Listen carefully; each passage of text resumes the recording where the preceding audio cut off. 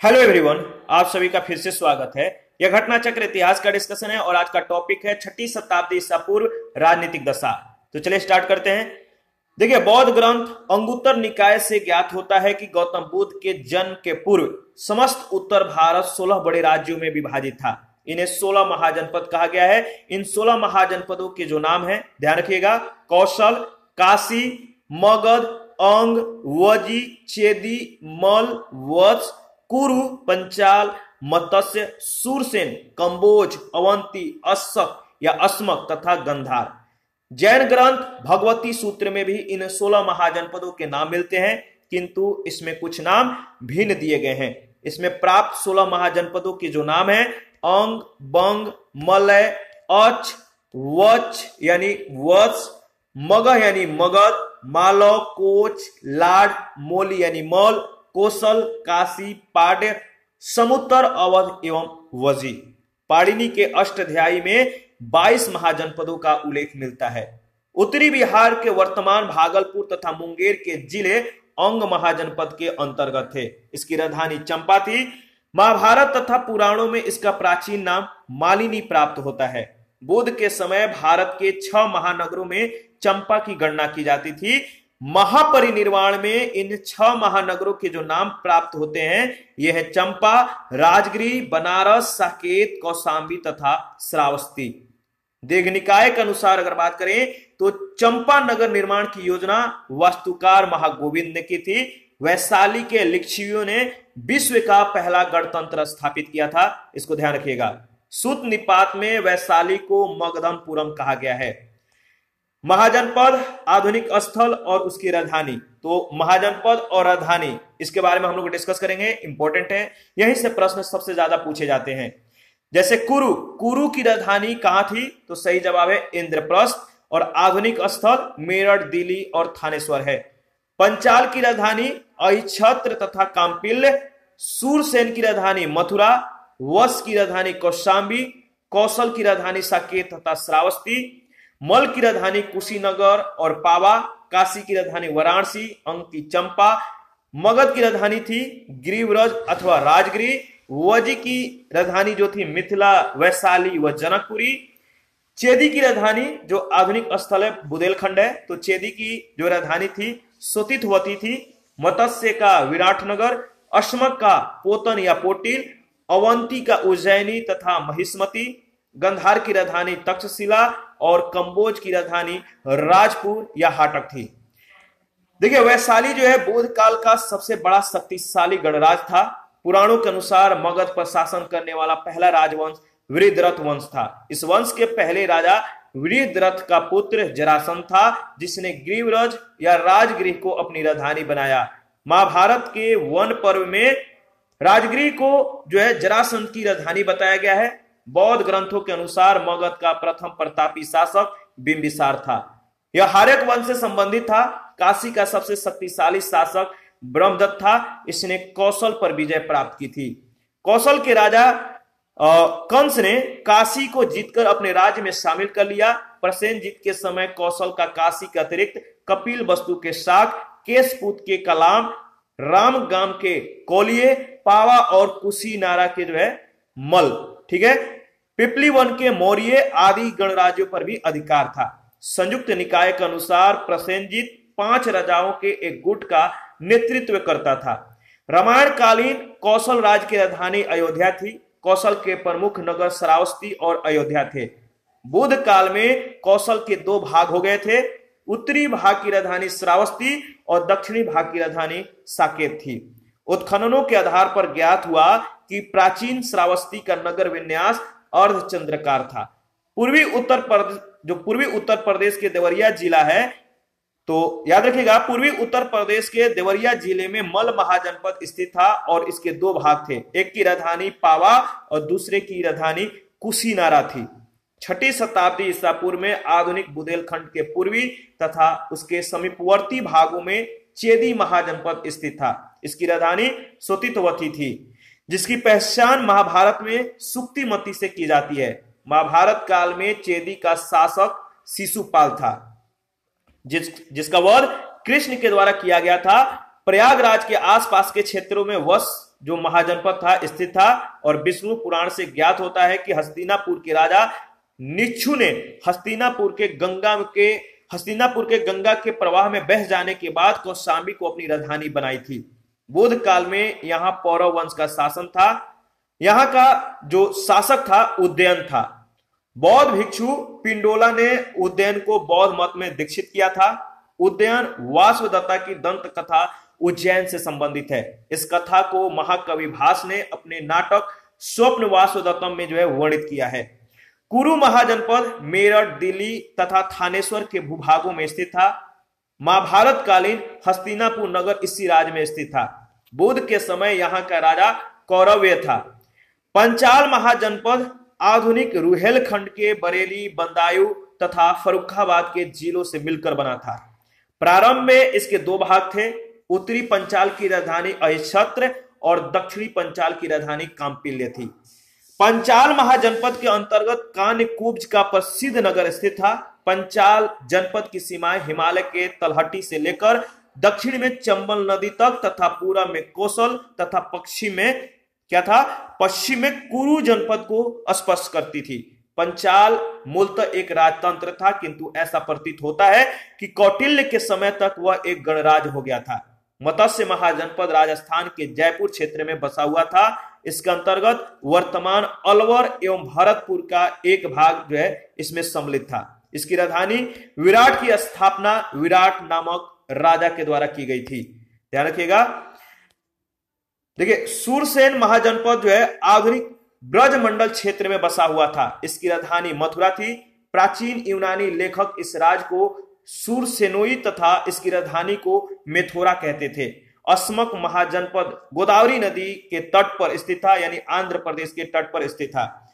महाजनपदों में केवल अस्मक ही दक्षिण भारत में स्थित था। अवंती महाजनपद पश्चिमी तथा मध्य मालवा के क्षेत्र थे, इसमें बसा हुआ था। इन महाजनपद के दो भाग थे।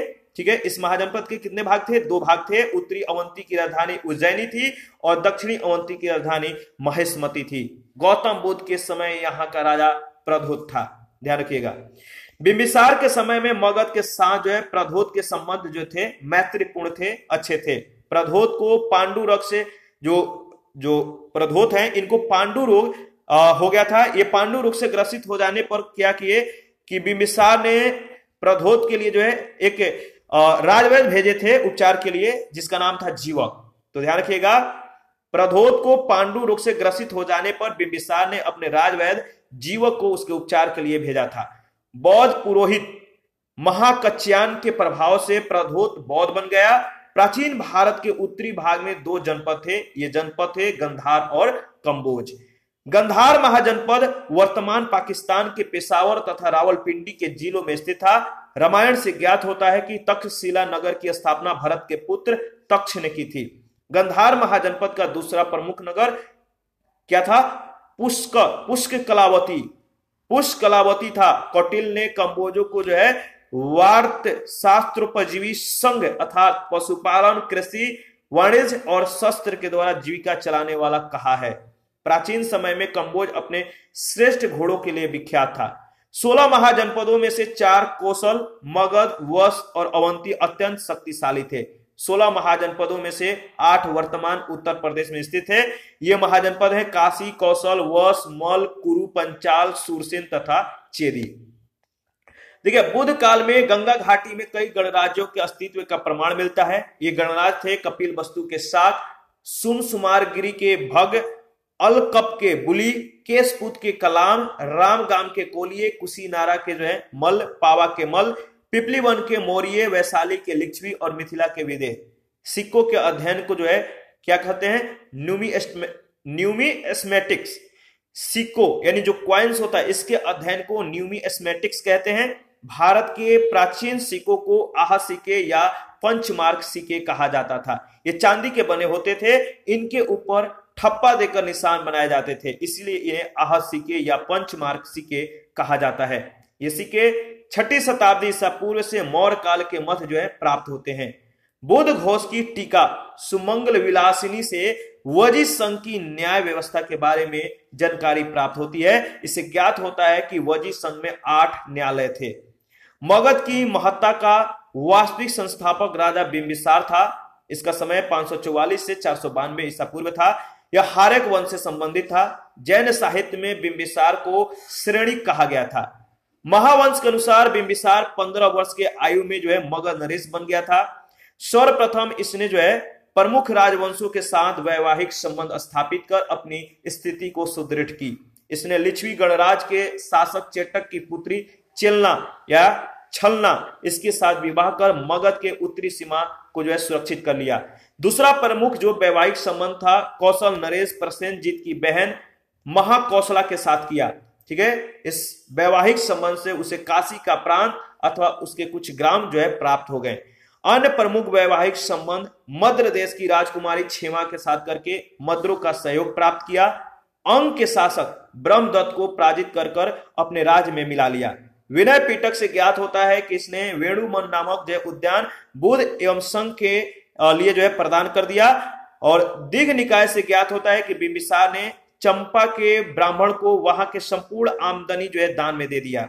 जो बिंबिसार है, बिंबिसार को अपने पुत्र अजातशत्रु के द्वारा जो है बंदी बनाकर कारागार में डालने का उल्लेख जो है बौद्ध एवं जैन ग्रंथों में मिलता है। बिंबिसार की मृत्यु 492 ईसा पूर्व के लगभग हो गई। बिंबिसार के पश्चात इसका पुत्र कुणिक या अजातशत्रु मगध का शासक हुआ।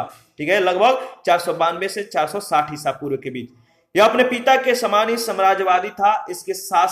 इसके शासन के जो प्रारंभिक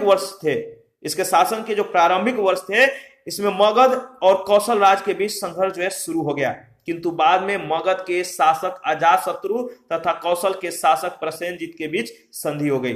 प्रसेनजीत ने अपने पुत्री प्रसेनजीत के जो पुत्री थी इनका नाम था वाजिरा। इनका विवाह अजातशत्रु से कर दिया गया और पुनः काशी के ऊपर उसका अधिकार स्वीकार कर लिया गया। पाटलिपुत्र की स्थापना अजातशत्रु के उत्तराधिकारी उदय ने गंगा और सोन नदी के संगम पर एक किला बनाकर की थी। इसने मगध साम्राज्य की राजधानी राजगृह से पाटलिपुत्र स्थानांतरित की। शिशुनाग वंश की स्थापना शिशुनाग के द्वारा की गई थी। महावंश टीका में शिशुनाग को जो है एक लिच्छवी राजा की वेश्या पत्नी से उत्पन्न कहा गया है। पुराणों के अनुसार वह क्षत्रिय था। अवंती की विजय शिशुनाग के लिए लाभदायक सिद्ध हुई। इससे मगध साम्राज्य की पश्चिमी सीमा मालवा तक पहुंच गई और इस विजय के पश्चात शिशुनाग का वंश के ऊपर जो है अधिकार हो गया, क्योंकि वह अवंती के अधीन था। अवंती और वत्स पर जो अधिकार हो जाने से पश्चिमी विश्व के साथ पाटलिपुत्र को जो है व्यापार वाणिज्य के लिए एक नया मार्ग प्राप्त हो गया। शिशुनाग ने गिरिव्रज के अतिरिक्त वैशाली नगर को अपनी दूसरी राजधानी बनाई थी, जो बाद में उसकी प्रधान राजधानी बन गई। शिशुनाग ने लगभग 412 से 394 ईसा पूर्व तक शासन किया। महावंश के अनुसार शिशुनाग की मृत्यु के पश्चात उसका पुत्र कालाशोक राजा बना। पुराणों में कालाशोक को जो है काकवड़ कहा गया है, ध्यान रखिएगा। कालाशोक ने अपनी राजधानी पुनः पाटलिपुत्र जो है स्थानांतरित कर दिया। इसके शासन काल में द्वितीय बौद्ध संगति का आयोजन वैशाली में हुआ। इस संगति में बौद्ध संघ दो संप्रदायों स्थविर तथा महासंगिक में विभाजित हो गया। याद रखिएगा, इसी के समय में जो है बौद्ध जो है दो संप्रदायों में स्थविर तथा महासंगिक में विभाजित हो गया था। बाणभट्ट के हर्षचरित से ज्ञात होता है, यानी बाणभट्ट के द्वारा रचित जो है हर्षचरित, इससे ज्ञात होता है कि राजधानी के समीप घूमते किसी व्यक्ति ने कालाशोक की जो है हत्या कर दी थी। महाबोधि वंश के अनुसार कालाशोक के 10 पुत्रों ने सम्मिलित रूप से लगभग 22 वर्षों तक शासन किया। कालाशोक के उत्तराधिकारियों का शासन जो है 344 ईसा पूर्व के लगभग समाप्त हो गया। ध्यान रखिएगा, शिशुनाग वंश का अंत कर जो है नंद वंश की स्थापना की। जिस व्यक्ति ने की वह निम्न वर्ण से संबंधित था और विभिन्न ग्रंथों में उसका नाम जो है भिन्न भिन्न दिया गया है। ध्यान रखिएगा, पुराण में उसे जो है महापदम, जबकि महाबोधि वंश में उसे उग्रसेन कहा गया है। पुराणों के अनुसार महापदम नंद शिशुनाग वंश के अंतिम राजा महानंदिन के शूद्र स्त्री के गर्भ से उत्पन्न हुआ था। तो पुराणों के अनुसार अगर बात करें तो महापदम नंद शिशुनाग वंश के अंतिम राजा महानंदिन की शूद्र स्त्री के गर्भ से यह उत्पन्न हुआ था। जैन ग्रंथ परिशिष्ट पर्वन के अनुसार अगर बात करें, वह नापित यानी नाई पिता और वेश्या माता का पुत्र था। नंद वंश में कुल 9 राजा होने के कारण उन्हें 9 नंद कहा जाता है। महाबोधि वंश के अनुसार इनके जो नाम है उग्रसेन, पंडुगति, भूताल, राष्ट्रपाल, गोविशाणक, दस्सिदक, कैवर्त और घनानंद। तो ये जो नाम है महाबोधि वंश के अनुसार उग्रसेन, पंडुगति, भूतपाल, राष्ट्रपाल, ठीक है, गोविशाणक, दस्सिदक, कैवर्त और घनानंद। तो नाम जो है एक दो बार रिवीजन कर लीजिएगा। देखिए बौद्ध साहित्य के अनुसार बिंबिसार से नंदो तक के जो राजाओं का जो शासनकाल था यहाँ पे पूरी विस्तृत तौर पे दिया गया है। तो बौद्ध साहित्य के अनुसार अगर बात करें तो बिंबिसार से नंदो तक के राजाओं का जो शासनकाल है, जैसे हार्यक वंश का जो समय है वो है 544 से 412 ईसा पूर्व। इसमें बिंबिसार, अजातशत्रु, उदयन तथा उसके उत्तराधिकारियों ने शासन किया। ठीक है, इनके शासनकाल को आप देख सकते हैं। इसके बाद देखिए हार्यक वंश के बाद आता है शिशुनाग वंश, और इसमें जो है इसका जो समय है शिशुनाग वंश का 412 से 344 ईसा पूर्व, और इसमें शिशुनाग काकवर्ण के 10 पुत्रों ने शासन किया। ठीक है, इसके बाद आता है नंद वंश। नंद वंश जो है इसका समय है 344 से 321 ईसा पूर्व। इसमें महापद्म नंद यानी उग्रसेन और उसके 8 पुत्रों ने शासन किया। देखिए महापद्म नंद को कली का अंश, सभी क्षत्रियों का नाश करने वाला, दूसरे परशुराम का अवतार कहा गया है। उसने एक छत्र शासन की स्थापना की तथा एकराट की उपाधि ग्रहण की। इसके द्वारा उन्मूलित राजवंशों के जो नाम मिलते हैं वे हैं इक्ष्वाकु, कलिंग, अश्मक, पंचाल, काश्य, है, कुरु, मैथिल, सूरसेन और वितिहोत्र। मत्स्य पुराण के अनुसार इक्ष्वाकु ने 24 वर्ष, कलिंग ने 32 वर्ष, अश्मक ने 25 वर्ष, पंचाल ने 27 वर्ष, काशी ने 24 वर्ष और है ने 28 वर्ष, कुरु ने 36 वर्ष और मैथिल ने 28 वर्ष, सूरसेन ने 23 वर्ष और वितिहोत्र ने 20 वर्ष जो है शासन किया था। खारवेल के हाथी गुफा विलेख से उसके कलिंग विजय की सूचना जो है प्राप्त होती है। नंद वंश का अंतिम राजा घनानंद था जो सिकंदर का समकालीन था। यूनानी लेखकों ने उसे याद रखिएगा अग्रमीज यानी उग्रसेन का पुत्र कहा है। जेनोफोन ने इसे बहुत धनाढ़ जो है व्यक्ति बताया, बहुत धनी मनी व्यक्ति बताया है। तमिल और सिन्हली ग्रंथ हैं, तो याद रखिएगा तमिल और सिन्हली ग्रंथों से भी उसकी अतुल संपत्ति की जो है सूचना मिलती है। भद्रसाल उसका सेनापति था और घनानंद के द्वारा जो है जनता से बलपूर्वक धन वसूलने और छोटी छोटी वस्तुओं पर भारी कर लगाने के कारण जो है जनता इसके विरुद्ध हो गई थी और चारों ओर घृणा और असंतोष का जो है इसके समय में जो है वातावरण फैल गया था। इसके समय में क्या हुआ कि यह जो था घनानंद, यह बलपूर्वक धन जो है वसूलता था, छोटी छोटी वस्तुओं पर भी यह भारी कर लगाने लगा था, जिसके कारण जनता जो थी इसके विरुद्ध हो गई, इससे मतलब कि घृणा करने लगी और इसके समय में चारों ओर घृणा और असंतोष का वातावरण जो है व्याप्त हो गया। इस स्थिति का लाभ उठाकर चंद्रगुप्त मौर्य ने चाणक्य के सहयोग से जो है घनानंद की हत्या करके नंद वंश का अंत कर दिया और व्याकरणचार्य पाणिनि महापद्म नंद के मित्र थे। याद रखिएगा जो व्याकरणचार्य पाणिनि है ये किनके मित्र थे? महापद्म नंद के। ठीक है, देखिए उपवर्ष वर रुचि कात्यायन जैसे विद्वानों का जन्म नंद काल में ही हुआ और नंद शासक जैन मत के पोषक थे। कल्पक नामक व्यक्ति जैन था। इसकी सहायता से महापद्म नंद ने समस्त क्षत्रियों का विनाश कर डाला था। घनानंद के जैन अमात्य सकटाल तथा अस्तुलभद्र थे। मुद्रा राक्षस से भी नंदों के जैन मातानुयायी होने की सूचना मिलती है।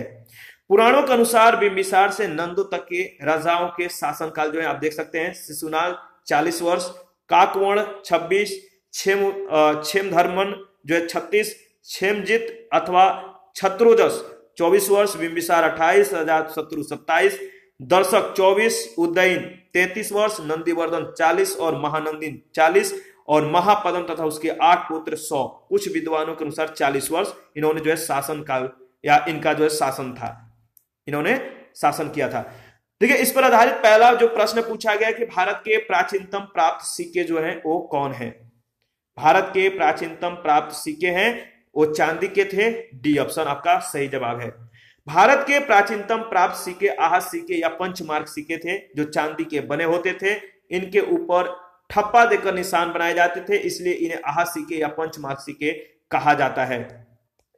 सेकंड नंबर प्रश्न है, कौन सही सुमेलित नहीं है? कौन सही सुमेलित नहीं है? मैंने बोला था कि जो महाजनपद हैं, जो उनकी राजधानियां थी, इनको ध्यान रखिएगा। देखिए इसका सही जवाब है कौशल का संबंध अक्षत्र से दिया गया है। कौशल महाजनपद की राजधानी साकेत तथा श्रावस्ती थी। उत्तरी पंचाल की राजधानी अक्षत्र और दक्षिणी पंचाल की राजधानी कांपिल्य थी। याद रखिएगा। नेक्स्ट क्वेश्चन है, क्वेश्चन नंबर थर्ड है, इसमें आपको जो है सूची 1 सूची 2 के साथ मिलान करना है, बताना है कि इसका सही जवाब क्या होगा। इसका सही जवाब है, देखिए प्रधोत का संबंध किससे है? तो सही जवाब है प्रधोत अवंती। इसके बाद उज्जैन का संबंध वत्स, प्रसेनजीत का संबंध जो है कौशल, और आपका अजात शत्रु का संबंध मगध। तो सही जवाब है सी ऑप्शन। आगे बढ़ते हैं। चंड प्रधोत किस प्राचीन गणराज्य के राजा थे? चंड प्रधोत किस प्राचीन गणराज्य के राजा थे? सही जवाब है अवंती के, तो सी ऑप्शन। चंड प्रधोत अवंती का शासक था। बौद्ध काल में अवंती की राजधानी उज्जैन थी। बिंबिसार के समय में मगध के साथ चंड प्रधोत का संबंध मैत्रीपूर्ण था। एक बार प्रधोत के पांडु रोग से ग्रसित होने पर बिंबिसार ने जो है अपने राजवैद्य जीवक को उसके उपचार के लिए भेजा था। क्वेश्चन नंबर 5 है, अभिलेखीय साक्ष्य से प्रकट होता है कि नंद राजा के आदेश से एक नहर खोदी गई थी। बताइए, अभिलेखीय साक्ष्य से प्रकट होता है कि नंद राजा के आदेश से एक नहर खोदी गई थी। कहां पर? तो सही जवाब है कलिंग में। खारवेल के हाथी गुफा अभिलेख से जो है नंद राजा महापद्म नंद की कलिंग विजय सूचित होती है। इसके अनुसार नंद राजा जिनसेन की एक प्रतिमा उठा ले गया और उसने कलिंग में एक नहर का निर्माण करवाया था। 6 नंबर है, उज्जैन का प्राचीन काल में नाम क्या था? उज्जैन का प्राचीन काल में नाम क्या था? सही जवाब क्या है? देखिए इसका सही जवाब है अवंतिका, यानी सी ऑप्शन। मध्य प्रदेश के मालवा संभाग में स्थित उज्जैन को भारत के प्राचीन ऐतिहासिक नगरों में गिना जाता है। यह 16 महाजनपदों में से एक, अवंती की 2 राजधानियों में से एक थी। उत्तरी अवंती की राजधानी उज्जैन तथा दक्षिणी अवंती की राजधानी महिष्मती थी। अवंती को अवंतिका भी कहा जाता था। देखिए यहाँ पे जो है ABCD अंकित स्थल है एक मानचित्र में, यानी भारत के मानचित्र में जो है A, B और C, D जो है लोकेशन दिया गया। आपको बताना है इसका सही जवाब क्या होगा। इसका सही जवाब क्या होगा बताइए। देखिए जो ए जो है, ए का जो एरिया है ये है मत्स्य, बी का एरिया जो है अवंती से संबंधित है, यह वत्स से और यह अंग से। तो सही जवाब होगा सी ऑप्शन। आगे बढ़ते हैं। देखिए अगर इसके बारे में रिवीजन किया जाए तो मत्स्य, अवंती, वत्स तथा अंग महाजनपद जो है ABCD में दर्शाए गए हैं। मत्स्य महाजनपद राजस्थान प्रांत के जयपुर क्षेत्र में बसा था। इसकी राजधानी विराटनगर थी।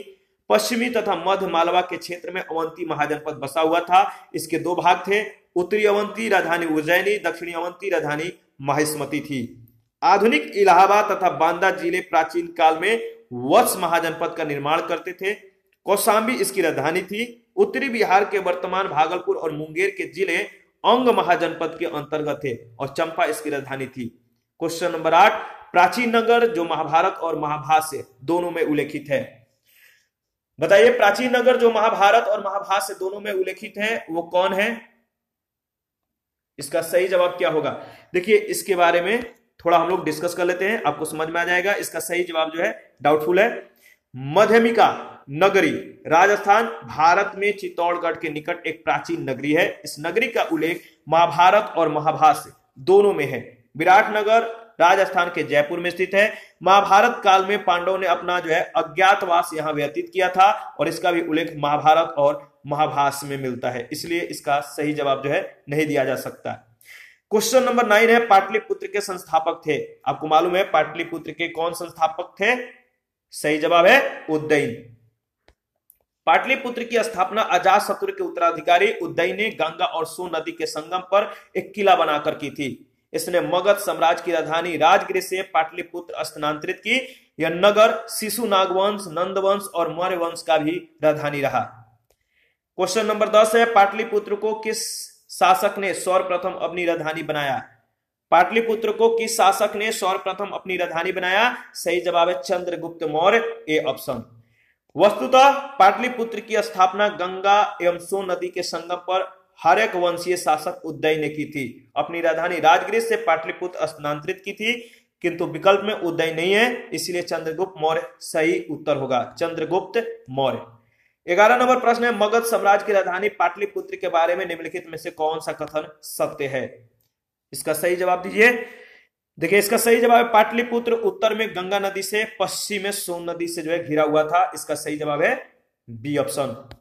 आगे बढ़ते हैं, नेक्स्ट क्वेश्चन है 12 नंबर, निम्नलिखित में से किस राजा ने पाटलिपुत्र बसाया था? तो सही जवाब है, बताइए, उदयन। 13 नंबर प्रश्न है, किस शासक के द्वारा सर्वप्रथम पाटलिपुत्र की राजधानी के रूप में चयन किया गया? सही जवाब है उदयन। 14 नंबर है, उदयन वासवदत्ता की दंत कथा संबंधित है किससे? उदयन वासवदत्ता की दंत कथा संबंधित है उज्जैन से। ये ऑप्शन आपका बिल्कुल सही है। देखिए, उदयन वासवदत्ता की दंत कथा उज्जैन से संबंधित है। इस कथा को महाकवि भास ने अपने नाटक स्वप्न वासवदत्ता में वर्णित किया है। इस नाटक में वश नरेश उदयन तथा अवंती नरेश प्रद्योत की पुत्री वासवदत्ता की प्रेम कथा का वर्ण है। यह कथा उस समय की है जब उदयन उज्जैनी के कारागार में कैद थे। 15 नंबर है, प्रथम मगध साम्राज्य का उत्कर्ष किस शताब्दी में हुआ था?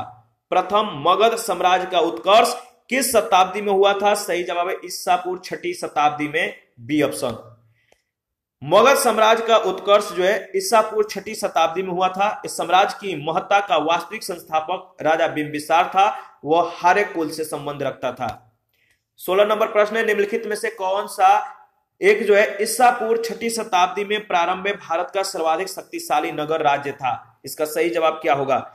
इसका सही जवाब है, बताइए, इसका सही जवाब है मगध। ध्यान रखिएगा, ठीक है। आगे बढ़ते हैं, मगध जो है डी ऑप्शन में दिया गया है। ईसा पूर्व 6ठी शताब्दी के प्रारंभ में मगध भारत का सर्वाधिक शक्तिशाली नगर राज्य था। कई जातकों में इसके समकालीन शहरों की अपेक्षा इसकी समृद्धि और संपन्नता का साक्ष्य मिलता है। मगध की कौशल अंग और काशी के साथ लंबी प्रतिद्वंदिता थी। इसमें जो है इसने सर्वोच्चता के लिए लंबा संघर्ष चला और मगध जो अंततः सफल रहा। 17 नंबर प्रश्न है, प्रारंभिक गणतंत्र में कौन सा नहीं था? प्रारंभिक गणतंत्र में कौन नहीं था? तो सही जवाब है, देखिए, बुद्ध काल में गंगा घाटी में कई गणराज्यों के अस्तित्व के प्रमाण मिलते हैं, ठीक है, जो इस प्रकार है। कपिल वस्तु के शाक, सुमसुमारगिरी के भग और अलकप के बुली, केशपुत के कलाम, रामगाम के कोलिये, कुशीनारा के मल, पावा के मल, पिपलीवन के मोरिये, वैशाली के लिच्छवी और मिथिला के विदे। योद्ध गणतंत्र का पहला उल्लेखनीय पाणिनि ने किया है। बाद में समुद्रगुप्त की प्रयाग प्रशस्ति में भी योद्ध गणतंत्र पर समुद्रगुप्त के विजय की सूचना प्राप्त होती है। इस प्रकार यह गणतंत्र 4ठी शताब्दी ईसा पूर्व से गुप्त काल तक विद्यमान था। 18 नंबर प्रश्न है, विश्व का पहला गणतंत्र वैशाली में किसके द्वारा स्थापित किया गया? सही जवाब क्या है? आपको मालूम है, विश्व का पहला गणतंत्र वैशाली में किसके द्वारा स्थापित किया गया? सही जवाब है लिच्छवियों के द्वारा, लिच्छवी। देखिए, वैशाली के लिच्छवियों ने विश्व का पहला गणतंत्र स्थापित किया था। वैशाली बुद्ध काल का सबसे बड़ा तथा शक्तिशाली गणराज्य था। लिच्छवी वजी संघ में जो है स्वर प्रमुख थे। लिच्छवी वजी संघ में स्वर प्रमुख थे। 19 नंबर प्रश्न है, ईसा पूर्व 6ठी सदी में विश्व की प्रथम गणतंत्रात्मक व्यवस्था कहां थी? ईसा पूर्व 6ठी सदी में जो विश्व की प्रथम गणतंत्रात्मक व्यवस्था कहां थी?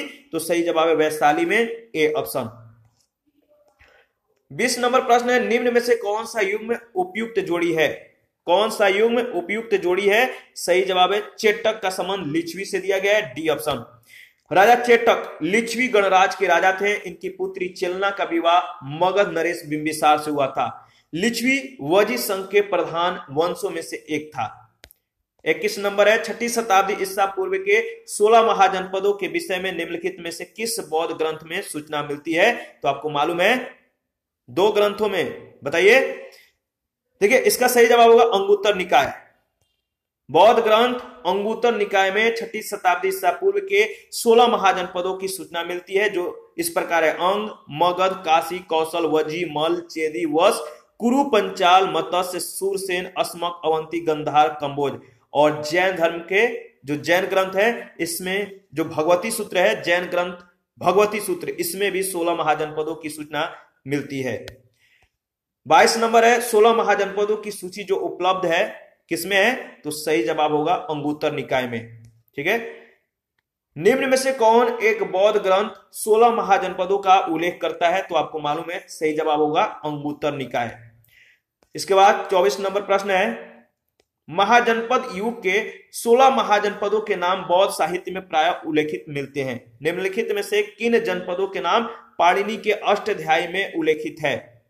इसका सही जवाब दीजिए, बताइए। 16 महाजनपदों के नाम बौद्ध साहित्य में प्रायः उल्लेखित मिलते हैं और बताना है कि निम्नलिखित में से किन जनपदों के नाम पाणिनि के अष्टाध्यायी में उल्लेखित है। इसका सही जवाब क्या होगा? देखिए, इसका सही जवाब होगा ए ऑप्शन। ठीक है, मगध, अश्मक और कंबोज। तो ध्यान रखिएगा, आगे बढ़ते हैं। देखिए, पाणिनि संस्कृत भाषा के सबसे बड़े व्याकरण हुए हैं। इनका जन्म जो है तत्कालीन उत्तर पश्चिम भारत के गंधार में हुआ था और इनके व्याकरण का नाम अष्टाध्यायी था। अष्टाध्यायी में 8 अध्याय, लगभग 4000 सूत्र है। पाणिनि ने अपने अष्टाध्यायी में 22 जनपदों का उल्लेख किया है। इनमें प्रमुख है मगध, अस्मक, कंबोज, गंधार, सुरसेन आदि। बौद्ध ग्रंथ अंगुत्तर निकाय और जैन ग्रंथ भगवती सूत्र में 16 महाजनपदों की सूची जो है मिलती है। 25 नंबर क्वेश्चन है, निम्न में से किस ग्रंथों में प्राचीन भारत के 16 महाजनपदों की सूची मिलती है? बताइए, प्राचीन भारत के 16 महाजनपदों की सूची निम्न में से किस ग्रंथ में मिलती है? बताइए। इसका सही जवाब है किसमें? अंगुत्तर निकाय और भगवती सूत्र। अंगुत्तर निकाय किसका ग्रंथ है और भगवती सूत्र किसका ग्रंथ है? आप कमेंट में बताइए। अच्छा, 26 नंबर प्रश्न है, महाभारत के अनुसार उत्तरी पंचाल की राजधानी स्थित थी। महाभारत के अनुसार उत्तरी पंचाल की राजधानी कहां थी? तो सही जवाब है अहिच्छत्र में। उत्तरी पंचाल की राजधानी अहिच्छत्र थी। दक्षिण पंचाल की राजधानी कांपिल्य थी। हस्तिनापुर तथा इंद्रप्रस्थ कुरु की राजधानियां थी, जबकि मथुरा सुरसेन की राजधानी थी। 27 नंबर है, 16 महाजनपदों के युग में मथुरा इनमें से किसकी राजधानी थी? 16 महाजनपदों के युग में मथुरा इनमें से किसकी राजधानी थी? सही जवाब है सुरसेन। और 28 नंबर है, चंपा किस महाजनपद की राजधानी थी? तो आपको मालूम है, बहुत इंपॉर्टेंट है, चंपा जो है अंग महाजनपद की राजधानी थी। उत्तरी बिहार के वर्तमान भागलपुर तथा मुंगेर के जिले अंग महाजनपद के अंतर्गत थे। इसकी राजधानी चंपा थी। महाभारत और पुराणों में चंपा का प्राचीन नाम मालिनी प्राप्त होता है। दीर्घ निकाय के अनुसार इस नगर निर्माण की योजना वास्तुकार महागोविंद ने की थी। 29 नंबर प्रश्न है, 6वीं शताब्दी ईसा पूर्व में सुक्तिमती राजधानी थी। 6वीं शताब्दी ईसा पूर्व में सुक्तिमती किसकी राजधानी थी? तो चेदी की। 6ठी शताब्दी ईसा पूर्व में आधुनिक बुंदेलखंड के पूर्वी तथा उसके समीपवर्ती भागों में चेदी महाजनपद स्थित था। इसकी राजधानी सोतितवती थी, जिसकी पहचान महाभारत के सुक्तिमती से की जाती है। क्वेश्चन नंबर 30, गोदावरी नदी के तट पर स्थित महाजनपद कौन था? गोदावरी नदी के तट पर स्थित महाजनपद का नाम था अशक। C option. देखिए, बौद्ध ग्रंथ अंगुत्तर निकाय तथा जैन ग्रंथ भगवती सूत्र, इसमें 6ठी शताब्दी ईसा पूर्व में वर्णित 16 महाजनपदों में अशक या अश्मक नर्मदा तथा गोदावरी नदियों के मध्य स्थित था, जिसकी राजधानी पैठन या पोतन अथवा पोटली भी कहते हैं, जिसका प्राचीन नाम प्रतिष्ठान थी। ध्यान रखिएगा। 31 नंबर प्रश्न है, 6ठी शताब्दी ईसा पूर्व का मत्स्य महाजनपद स्थित था। 6ठी शताब्दी ईसा पूर्व का मत्स्य महाजनपद स्थित था। इसका सही जवाब क्या होगा? इसका सही जवाब है राजस्थान में, बी ऑप्शन। 6ठी शताब्दी ईसा पूर्व का मत्स्य महाजनपद राजस्थान में स्थित था। क्वेश्चन नंबर 32 है, मगध की राजधानी कौन सी थी? मगध की राजधानी कौन सी थी? तो राजगिरी या गिरिव्रज। पुराणों के अनुसार अगर बात करें तो मगध पर शासन करने वाला पहला राजवंश वृद्धरथ वंश था। इस वंश के पहले राजा वृद्धरथ का पुत्र जरासंध था, जिसने गिरिव्रज या राजगिरी को अपनी राजधानी बनाया। बौद्ध ग्रंथों के अनुसार मगध का प्रथम प्रतापी शासक बिंबिसार था। यह हार्यक वंश से संबंधित था। इसकी मृत्यु 492 ईसा पूर्व में हुई। इसके पश्चात अजातशत्रु मगध का शासक हुआ। अजातशत्रु का पुत्र उदय ने अपनी राजधानी राजगृह से पाटलिपुत्र स्थानांतरित की। देखिए, बिंबिसार की हत्या उसके पुत्र अजातशत्रु ने किया और अजातशत्रु की हत्या उसका पुत्र किसने, उदय ने किया। तो इस तरह से जो है ध्यान रखिएगा। 33 नंबर क्वेश्चन है, मगध की प्रारंभिक राजधानी कौन सी थी? मगध की प्रारंभिक राजधानी कौन सी थी? तो आपको मालूम है, राजगृह या ग्रीवराज। 34 नंबर है, प्राचीन महाजनपद मगध की प्रथम राजधानी कौन सी थी? प्राचीन महाजनपद मगध की प्रथम राजधानी कौन सी थी? तो आपको मालूम है, सही जवाब है ई ऑप्शन। 35 नंबर है, निम्नलिखित में से कौन सा एक मगध साम्राज्य की राजधानी नहीं रही? कौन एक मगध साम्राज्य की राजधानी नहीं रही? सही जवाब है कौशांबी, डी ऑप्शन। देखिए, गिरिव्रज या राजगिरी, पाटलिपुत्र प्राचीन काल में क्रमशः मगध साम्राज्य की राजधानी रही थी, जबकि कौशांबी पर वत्स राज्य का शासन था। हर एक वंश के शासन के दौरान मगध की राजधानी राजगृह से पाटलिपुत्र स्थानांतरित हुई थी। 36 नंबर है, प्राचीन श्रावस्ती का नगर विन्यास किस आकृति का है? प्राचीन श्रावस्ती का नगर विन्यास किस आकृति का है? सही जवाब है अर्धचंद्राकार। देखिए, प्राचीन श्रावस्ती की पहचान जो है अलेक्जेंडर कनिंघम ने 1861 ईस्वी पूर्व में जो है उत्तर प्रदेश के गोंडा के निकट सहेत महेत यानी वर्तमान श्रावस्ती नामक स्थान से की थी।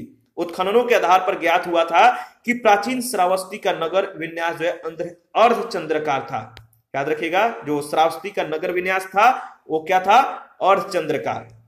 37 नंबर प्रश्न है, मगध के किस प्रारंभिक शासक ने राज्यारोहण के लिए अपने पिता की हत्या की और स्वयं इसकी कारणवश अपने पुत्र के द्वारा मारा गया? तो मैंने कुछ सेकंड पहले ही बताया है, इसका सही जवाब होगा अजातशत्रु। बिंबिसार की हत्या उसके पुत्र अजातशत्रु, अजातशत्रु की हत्या उसके पुत्र उदय ने की। इसके बाद 38 नंबर है, अजातशत्रु के वंश का क्या नाम था? अजातशत्रु के वंश का नाम था, आपको मालूम है, यह हर एक वंश से संबंधित था। 39 नंबर है, राजकुमार। राजकुमार जो अपने पिता के मृत्यु के लिए उत्तरदायी था वह है कौन? अजातशत्रु। अजातशत्रु किसका हत्या किया था? अपने पिता का नाम था बिंबिसार। इसके बाद 40 नंबर है, किसने मगध साम्राज्य में वजी गणसंघ को हराकर आत्मसात किया? किसने मगध साम्राज्य में वजी गणसंघ को हराकर आत्मसात किया? सही जवाब है अजातशत्रु।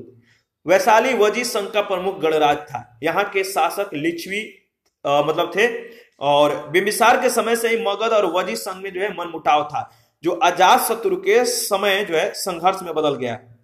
देखिए, निरावली सूत्र से ज्ञात होता है, जो निरावली सूत्र है इससे क्या ज्ञात होता है कि उस समय जो लिच्छवी थे लिच्छवी गण, इसका प्रधान जो था लिच्छवी गण का प्रधान चेटक था। उसने 9 लिच्छवियों और 9 मल्लों तथा 18 गणराज्यों को एकत्र करके मगध नरेश के विरुद्ध एक सम्मिलित मोर्चा तैयार किया था। भगवती सूत्र से ज्ञात होता है कि अजातशत्रु इन सब का विजेता था। अजातशत्रु ने कूटनीति से काम किया। पाटलिपुत्र में उसने सुदृढ़ दुर्ग का निर्माण करवाया। तत्पश्चात उसने अपने मंत्री वस्कार को भेजकर वजी संघ में फूट डलवा दी। फलस्वरूप वे परस्पर लड़ने लगे और उनका संगठन कमजोर हो गया। अंततोगत्वा क्या हुआ? तो अजातशत्रु ने आक्रमण करके लिच्छवियों को जो है अपने लिच्छवियों को पराजित कर लिया और उनका भूभाग जो है मगध साम्राज्य में मिला लिया। 41 नंबर क्वेश्चन है, मालवा क्षेत्र पर मगध की सत्ता का विस्तार निम्न में से किसके शासन काल में हुआ था? मालवा क्षेत्र पर मगध की सत्ता का विस्तार निम्न में से किसके शासन काल में हुआ था? सही जवाब है शिशुनाग के शासन काल में। पुराणों के अनुसार अगर बात करें तो मगध नरेश शिशुनाग ने अवंती यानी मालवा को जीतकर मगध साम्राज्य में मिला लिया था। 42 नंबर प्रश्न, मगध में नंद वंश का संस्थापक कौन था? मगध में नंद वंश का संस्थापक कौन था? सही जवाब है महापद्म नंद, ए ऑप्शन।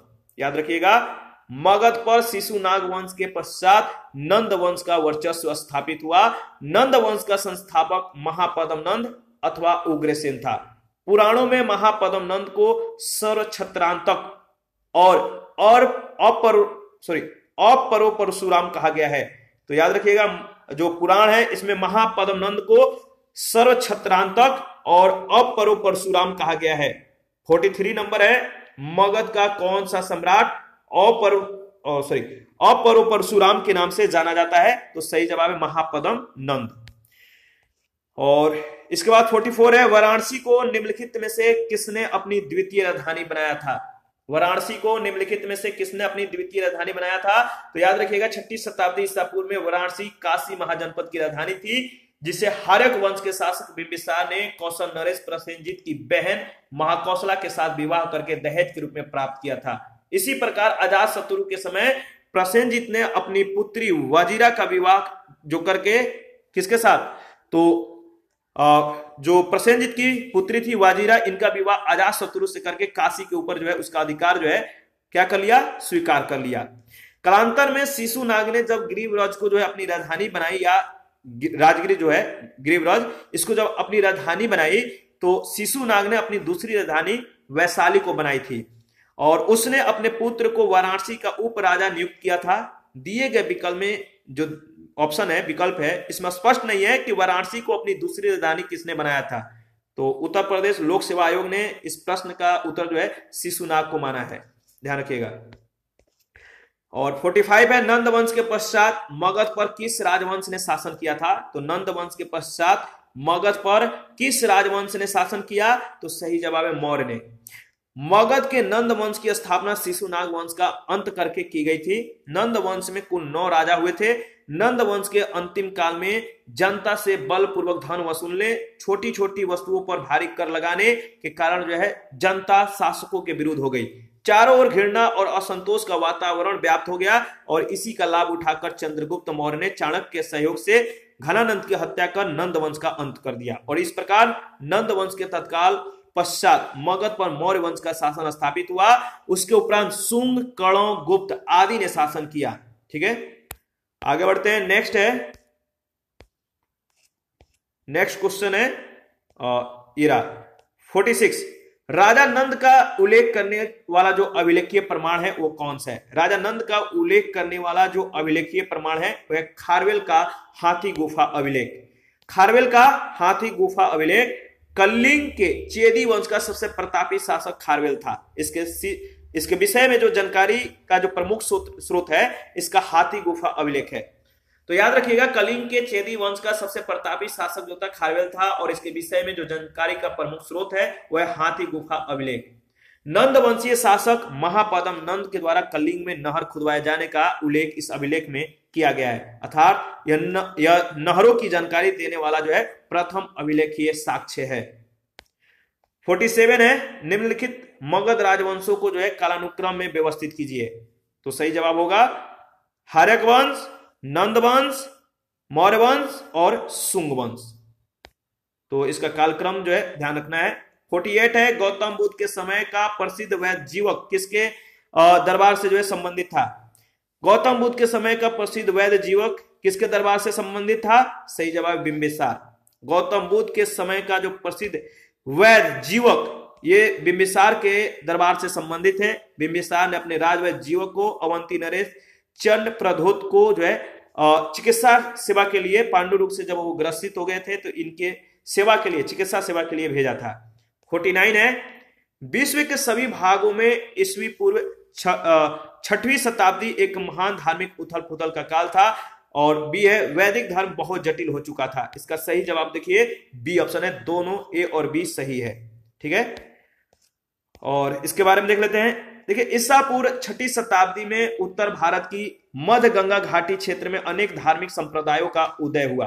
अनेक मत और दर्शनों के प्रादुर्भाव ने बौद्धिक आंदोलन का जो है रूप ग्रहण किया।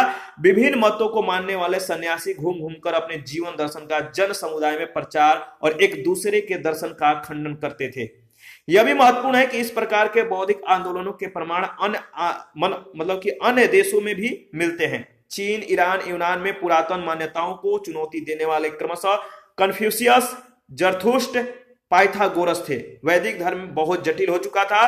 मंत्रों की शुद्धता और यज्ञों पर बहुत जोर था, जिससे पुरोहितों का महत्व अत्यधिक बढ़ गया था। यज्ञों में बहुत धन व्यय होने लगा था और पशु बलि को भी बढ़ावा मिला। क्वेश्चन नंबर 50, कालपी नगर किस नदी के तट पर स्थित है? कालपी नगर किस नदी के तट पर स्थित है? सही जवाब क्या होगा? इसका सही जवाब है यमुना। कालपी नगर उत्तर प्रदेश के जालौन जिले में स्थित एक नगर है। यह यमुना नदी के तट पर स्थित है। प्राचीन काल में यह जो है कालप्रिया के नाम से विख्यात थी।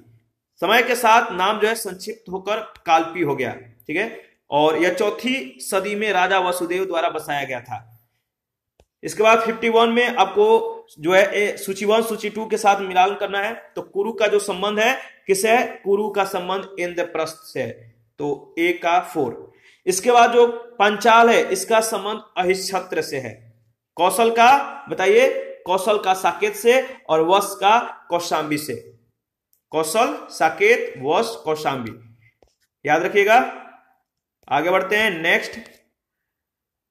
52 में भी आपको जो है सूची 1 सूची 2 के साथ मिलान करना है। मत्स्य का संबंध किससे है? तो मत्स्य की राजधानी, मत्स्य जो महाजनपद था इसका राजधानी विराटनगर, यानी ए का 3। इसके बाद कुरु का राजधानी इंद्रप्रस्थ, सूरसेन की राजधानी मथुरा और अस्मक की राजधानी पोतम। यहां पर आप देख सकते हैं मत्स्य विराटनगर, कुरु इंद्रप्रस्थ, सूरसेन मथुरा, अस्मक की राजधानी पोतम। 53 कौन सा सही सुमेलित नहीं है? कौन सा सही सुमेलित नहीं है? इसका सही जवाब क्या होगा? इसका सही जवाब है सी ऑप्शन, सूरसेन का संबंध जो है कौशांबी से दिया गया है, जो कि सही सुमेलित नहीं है। कंबोज, कंबोज का राजधानी राजपुर या हाटक, अस्मक का पोतन या पोटीर, सूरसेन का मथुरा, कौशल का साकेत या श्रावस्ती। 54 है निम्नलिखित में से कौन सा एक कथन प्राचीन भारत की श्रेणी व्यवस्था के बारे में असत्य है? कौन सी एक कथन प्राचीन भारत की श्रेणी व्यवस्था के संदर्भ में जो है असत्य है? तो देखिए इसके बारे में अगर डिस्कस करें तो देखिए वैसे डी ऑप्शन सही जवाब होगा। श्रेणी व्यवस्था मात्र उत्तर भारत में प्रचलित थी। देखिए प्राचीन कालीन भारत है, प्राचीन कालीन भारत में एक ही शिल्प अथवा व्यवसाय करने वाले के समूह को श्रेणी की जो है संज्ञा प्रदान की गई है। इनके उद्भव का एक महत्वपूर्ण कारण उत्तर वैदिक काल में उद्योग धंधों का स्थानीयकरण मतलब था। ठीक है, श्रेणियां देश के व्यापार, वाणिज्य और संचालन, वस्तुओं की गुणवत्ता, कीमत निर्धारण के साथ साथ अपने सदस्यों के आचरण पर भी नियंत्रण करती थी। उत्तर भारत के साथ साथ दक्षिण भारत में भी श्रेणियों के प्रचलन का उल्लेख मिलता है। इसी के साथ आज का सेशन समाप्त करते हैं। नेक्स्ट सेशन में यूनानी आक्रमण के संदर्भ में बात करेंगे। आप अपना प्रतिक्रिया जरूर दीजिए, आपके प्रतिक्रियाओं का हमें बेसब्री से इंतजार रहता है। जिन लोगों ने Telegram channel, Telegram quiz group, Facebook page को ज्वाइन नहीं किया है तो वीडियो के डिस्क्रिप्शन बॉक्स में उसका लिंक है, आप ज्वाइन कर सकते हैं।